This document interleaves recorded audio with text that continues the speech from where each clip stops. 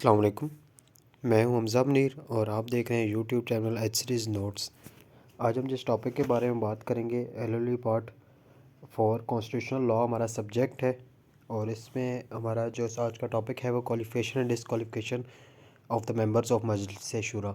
ठीक है, जो पार्लियामेंट के जो मेंबर्स होंगे उनकी क्या क्वालिफिकेशन और क्या डिसक्वालिफिकेशंस होगी उसके बारे में आज हम लोग डिस्कस करेंगे। स्टार्ट करने से पहले मेरी आपसे रिक्वेस्ट है कि अगर अभी तक आपने मेरे चैनल को सब्सक्राइब नहीं किया और मेरे चैनल पर नए हैं तो मेरे चैनल को सब्सक्राइब कर लें ताकि जितनी भी आने वाली वीडियोज़ हैं वो आपको मिलती रहें। अब सबसे पहले हम लोग इंट्रोडक्शन की अगर हम बात करें, in Pakistan there is a parliamentary form of government. Pakistan के अंदर पार्लियामेंट्री फॉर्म ऑफ गवर्नमेंट है। The constitution of Islamic republic of Pakistan 1973 provides that the parliament consist of two houses. जो पार्लियामेंट है पाकिस्तान की उसके अंदर आपको भी पता है कि 1973 का जो कॉन्स्टिट्यूशन है वो यही बताता है कि जो पार्लियामेंट होगी उसके दो हाउसेज होंगे। और उसके जो एक हो गया, एक उसका जो पार्लियामेंट किसकी कंसिस्ट होगी, दो हाउसेस की, और एक उसका प्रेसिडेंट होगा। एक जो प्रेसिडेंट होगा वो भी उसका सब मेंबर ही होगा साथ। Each member of the parliament has to attain some qualifications. जो जितने भी मेंबर्स हैं उनको कुछ ना कुछ क्वालिफिकेशन अटेन करनी पड़ती है to become the member of the parliament, ताकि वो मेंबर बन सकें पार्लियामेंट के। There are some disqualification as well, और उनकी कुछ डिसक्वालिफिकेशंस भी हैं। कुछ डिसक्वालिफिकेशंस अगर होंगी तो वो मेंबर नहीं बन सकते, या अगर मेंबर होते हुए उनके में ये डिसक्वालिफिकेशंस आ गई तो वो मेंबर नहीं रह सकेंगे। A person having such disqualify can not be the member of parliament. और जो भी वो होगा तो वो मेंबर ना बन सकता है और ना मेंबर रह सकता है। रेलिवेंट प्रोविजंस अगर हम बात करें तो आर्टिकल 62, 63 और 63A, ये जो तीन है ना, ये हमारे पास क्वालिफिकेशन डिसक्वालिफिकेशंस के बारे में है। क्वालिफिकेशन सबसे पहले हम लोग डिस्कस करेंगे। सबसे पहले हम क्वालिफिकेशन अगर बात करें तो article 62 of the constitution of the Islamic republic of Pakistan 1973 deals with the qualification of the members of the parliament. ये डील करता है इसमें सबसे पहले सिटीज़न, वो बंदा क्या होना चाहिए, person must be the citizen of Pakistan, वो सिटीज़न ऑफ होना चाहिए पाकिस्तान का। उसकी जो एज होनी चाहिए वो 25 साल होनी चाहिए। नेशनल असम्बली के लिए और सेनेट के लिए उसकी 30 ईयर्स होनी चाहिए। Enrolment as voter, he must be enrolled as a voter in electoral roll. ठीक है, और एज अ वोटर इनरोल्ड होना चाहिए इलेक्टोरल रोल के अंदर। ठीक है। For national assembly he must be enrolled as a voter in any electoral college in part of. अगर नेशनल असम्बली का उसने मेंबर बनना है तो पाकिस्तान के किसी भी पार्ट में अगर वो इलेक्टोरल रोल में होगा तो मेंबर बन सकता है पार्लियामेंट नेशनल असम्बली का। पर अगर उसने सेनेट का मेंबर बनना है तो he must be enrolled as voter in the area of the province. ठीक है, ये किसी प्रोविंस के अंदर जिसके अंदर से उसने सेनेट में इलेक्शन लड़ना है तो उसी प्रोविंस के अंदर या उसी प्रोविंस के किसी पार्ट के अंदर वो वहाँ पे इसका इलेक्टोरल रोल में नाम होना चाहिए। करेक्टर की बात करें तो the member of the parliament must be of good character, उसका गुड करेक्टर होना चाहिए। And not commonly known as वो वायलेट्स इस्लामिक इंजंक्शंस, और वो बंदा नहीं होना चाहिए जो इस्लाम की जो इंजंक्शंस है ना उनको वायलेट करे। ठीक है। एक्सेप्शन अगर हम बात करें तो जो नॉन मुस्लिम्स हैं ना उनके ऊपर ये एक्सेप्शन नहीं अप्लाई होती, पर उनका good character, good moral character उनका होना चाहिए। Knowledge of Islam, he must have educate knowledge of Islam. ठीक है, इस्लामिक टीचिंग का उसके पास नॉलेज होना चाहिए। Practice obligatory duties prescribe by Islam, और जो इस्लाम ने जो ड्यूटीज़ बताई हैं वो उसको पूरे करता हो उनका। As well as he abstain from major sins, और बड़े जितने भी गुनाह हैं उनसे वो दूर रहे। ठीक है। हॉनेस्ट, सादिक एंड अमीन। ठीक है, सादिक और अमीन मतलब हॉनेस्ट होना चाहिए। He must be wise, righteous and सादिक, अमीन एंड ट्रस्टवर्दी। ठीक है, ट्रस्टवर्दी होना चाहिए, ऑनेस्ट होना चाहिए। ठीक है। There is being no declaration of contrary by any court of law, और किसी कोर्ट ऑफ लॉ ने इसको सादिक और अमीन मतलब ना डिक्लेयर, ये ना उसको ये कोई ये ना कहो कि वो सादिक और अमीन नहीं है या वो ऑनेस्ट और ट्रस्टवर्दी नहीं है। ठीक है, अगर किसी कोर्ट ऑफ लॉ ने उसे ऐसा कहा है तो वो डिस्क्वालीफाई हो जाएगा। Ideology of Pakistan, he has not work against the integrity और ideology of Pakistan after the establishment of Pakistan. ठीक है, पाकिस्तान की एस्टेब्लिशमेंट जब से हुई है तब से उसने आइडियोलॉजी ऑफ पाकिस्तान के ख़िलाफ़ कोई भी बात ना की हो। ठीक है। अच्छा, अब ये तो थी उसकी क्वालिफ़िकेशंस, हमने क्वालिफ़िकेशन बात की, सिटीज़न होना चाहिए, एज उसकी ये होनी चाहिए, उसके इस्लाम का नॉलेज होना चाहिए, ऑनेस्ट, सादिक और अमीन होना चाहिए। ठीक है, आइडियोलॉजी ऑफ पाकिस्तान के खिलाफ बात ना की हो। अब हम लोग बात करेंगे डिसक्वालिफिकेशन। अब कौन से लोग हैं वो या तो वो मेंबर बन भी नहीं सकते, अगर वो मेंबर हैं तो फिर उनको ये डिसक्वालीफाई हो जाएंगे। बोलो अकॉर्डिंग टू आर्टिकल 63। अब ये 63 जो आर्टिकल है ना उसके अंदर ये सारे डिसक्वालिफिकेशन बताई गई of the constitution of republic of Pakistan 1970। A person shall be disqualify from being elected and chosen as a member of parliament if he has any of the following disqualification. अगर कोई भी डिसक्वालिफिकेशन उसके अंदर है, ये जो फॉलोइंग आगे हम बात करने लगे। सबसे पहले अनसाउंड माइंड, अगर वो अनसाउंड माइंड है, he is of unsound mind. ठीक है, अनसाउंड माइंड है, he has been declare by the competent court of law, किसी कॉम्पिटेंट कोर्ट ऑफ लॉ ने इसको कह दिया कि ये अनसाउंड माइंड है, तो तब भी वो डिस्क्वालीफाई हो जाएगा। Undischarged insolvent, a person shall be disqualify from being the member of parliament if he is undischarged insolvent.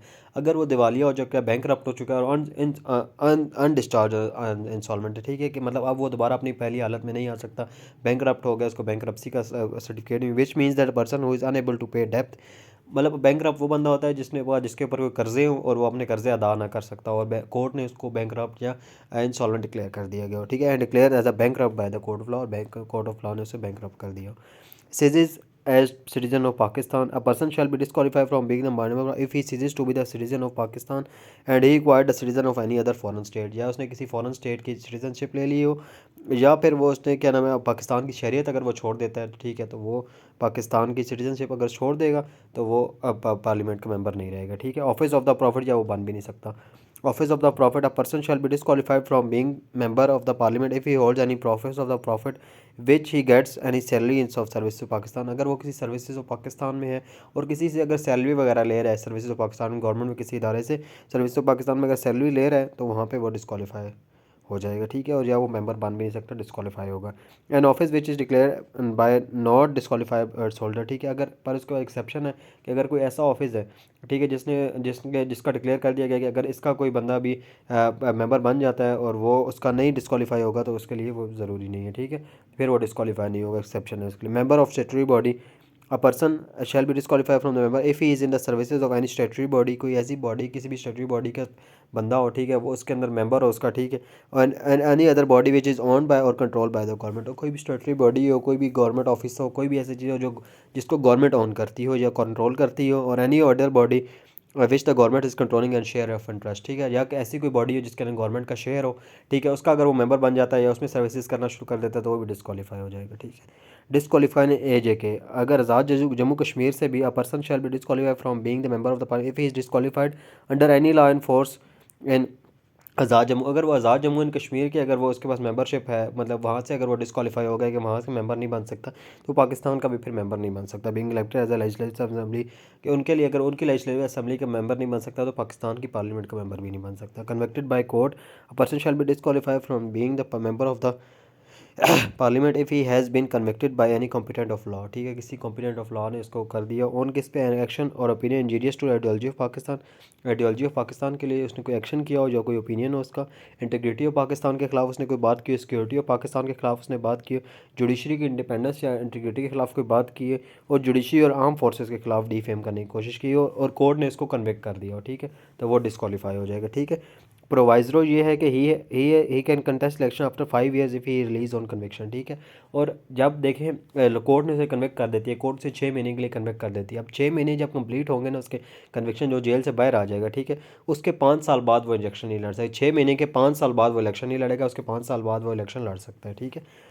Conviction or morality, a person shall be disqualified from being the member of the if he has been convicted on any offence involving immorality, कोई moral कोई इसने activities की हैं, ठीक है, जैसे कोई rape या ऐसी किसी भी जिसकी सज़ा जो है ना, and is sentence to imprison for a term not less than 2 years, ठीक है, उसकी सज़ा जो है ना लेस दैन 2 साल से कम नहीं है, ठीक है, 2 साल से ज़्यादा है तो तब भी डिस्क्वालीफाई हो जाएगा, ठीक है। He can become member after the 5 years, ठीक है, इसके भी वही है कि 5 साल बाद वो बन सकता है, ठीक है, जब उसकी कन्विक्शन कंप्लीट हो जाती है इसकी।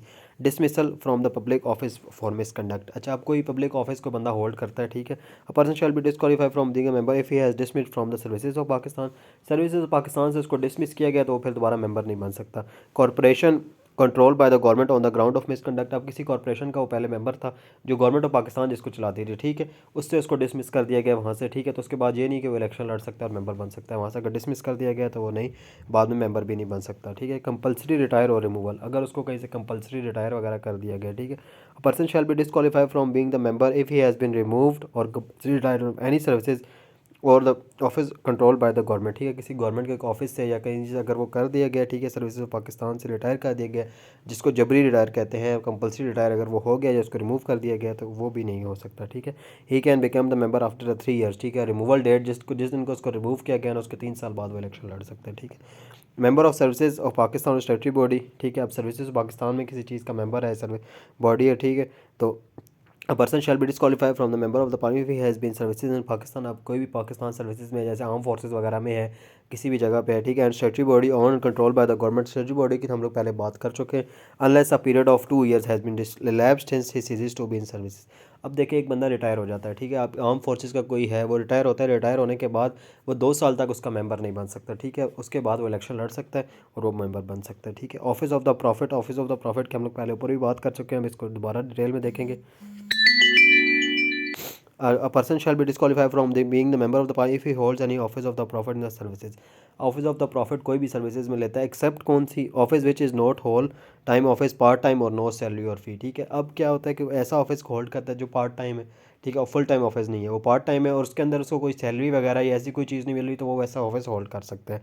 ऑफिस ऑफ लंबरदार, लंबरदार का ऑफिस वो कर सकता है। लंबरदार आप रेवेन्यू एक्ट में पढ़ चुके होंगे, उसका आइडिया होगा आपको। लंबरदार एक विलेज ऑफिसर होता है, ठीक है, गवर्नमेंट ऑफिसर नहीं होता, वो विलेज ऑफिसर होता है, ठीक है। कौमी रज़ाकार, कौमी रज़ाकार के जो टीम्स वगैरह अगर वॉलंटरी तौर पे कहीं पे कुछ करना चाहे, by virtue of his office called for military training और एडिशनल चार्ज ऑफिस, ठीक है। अब कोई ऐसी उसने किसी जगह पे ऐसी किसी ऑफिस में चला जाता है या ऐसे कोई इसको मिनिस्ट्री मिल जाती है जहाँ पे मतलब उसको जहाँ पे ज़रूरी होता है कि वो मिलिट्री को ट्रेनिंग देगा, यहाँ पे उसको मिलिट्री को जाने अपने ऑफिस के लिए अगर वो कहीं पे जाना है, उसने ऑफिस के लिए ऑफिस की वर्च्यू को करने के लिए अगर वो कहीं पे जाना चाहता है तो वो जा सकता है, ठीक है। मिलिट्री ट्रेनिंग अगर उसने कहीं पे देनी है तो वहाँ भी वो जा सकता है, ठीक है।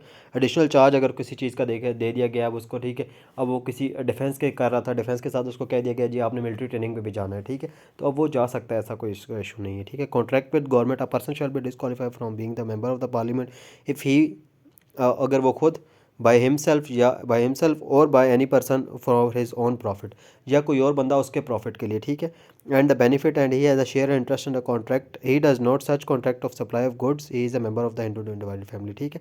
एक बंदा है, ठीक है, उसने गवर्नमेंट के साथ कोई कॉन्ट्रैक्ट कर लिया, उसने खुद या उसके किसी जानने वाले ने उसके प्रॉफिट के लिए, उसके अपने प्रॉफिट के लिए ना, मतलब एक बंदा है, ठीक है, वो मेंबर था पार्लियामेंट का, ठीक है, उसने खुद कॉन्ट्रैक्ट नहीं किया, बी ने उसका भाई था, उसने कॉन्ट्रैक्ट किया पर उसका फ़ायदा एक हो रहा था, ठीक है।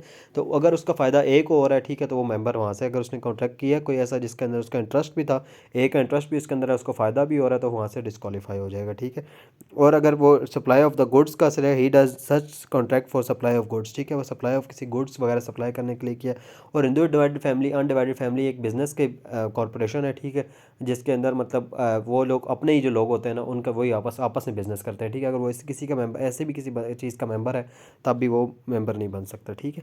Unpaid loan, a person shall be disqualified from being the member of the parliament if he has taken a loan of 2 million rupees, अगर उसने 2 मिलियन का कर्जा लिया, ठीक है, विच रिमेज अनपेड, ठीक है, उसने 1 साल के लिए वो अनपेड है, ठीक है, ड्यू डेट होगी है, तो वो फिर तभी डिस्क्वालीफाई हो जाएगा।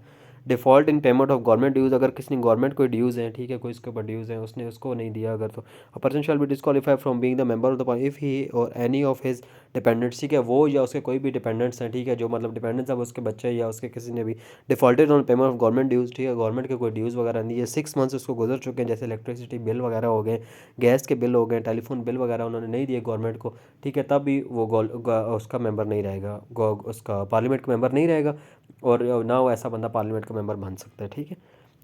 डिस्क्वालिफिकेशन ऑफ मजलिस शूरा पार्लियामेंट का, अब ये ग्राउंड ऑफ डिफेक्शन, अब ये 63A में ना बेसिकली डिफेक्शन की बात की गई है कि डिफेक्ट अगर ऐसा कोई डिफेक्ट आ जाता है ना डिफेक्शन की बेस के ऊपर, person shall be disqualified from being a member of the following circumstances, resign from the membership of his political party, अब वो जिस पॉलिटिकल पार्टी का मेंबर था उसको उसने रिज़ाइन अगर कर दिया तो मेंबर भी नहीं रहेगा, ठीक है, पार्लियामेंट का। Joins any other political party, parliamentary party से अगर किसी और पार्लियामेंट्री पार्टी को उसने ज्वाइन कर लिया, ठीक है, किसी और पार्टी को, vote contract to direction of his parliamentary party, parliamentary party के खिलाफ अगर उसने वोट अपना जाके दिया, ठीक है, पार्लियामेंट्री ने से वोट ऑफ कॉन्फिडेंस या कोई पीएम के कोई इलेक्शन वगैरह कोई हो रहा था, ठीक है, वोट ऑफ कॉन्फिडेंस होती है, वोट ऑफ नो कॉन्फिडेंस, उसने जो उसको पार्लियामेंट्री कमेटी ने कहा उसने उसके अगेंस्ट उसने अगर वोट दिया तो वो अब मेंबर नहीं रहेगा, डिस्क्वालीफाई हो जाएगा, ठीक है। Abstain from voting for a direction in relation to election of, या उसने वोटिंग नहीं की जहाँ पे उसको कहा गया था वहाँ पे उसने वोटिंग नहीं की, किस इलेक्शन हो रहा था पीएम या सीएम का इलेक्शन हो रहा हो तब, ठीक है, प्राइम मिनिस्टर का या चीफ मिनिस्टर का वोट ऑफ कॉन्फिडेंस या नो कॉन्फिडेंस हो रही हो, ठीक है,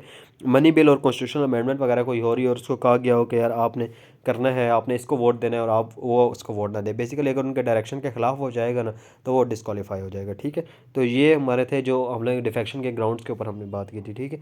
तो ये हमने देखा क्वालिफिकेशन डिस्क्वालिफिकेशन क्या होती है, और आगे उसकी जो अगर से डिफेक्शन के ग्राउंड के ऊपर जो डिस्क्वालिफिकेशन 63A में बताई गई है ना, तो वो था ये। थैंक यू वेरी मच, ये उम्मीद है कि आपको ये समझ आ गया हो। Thank you very much.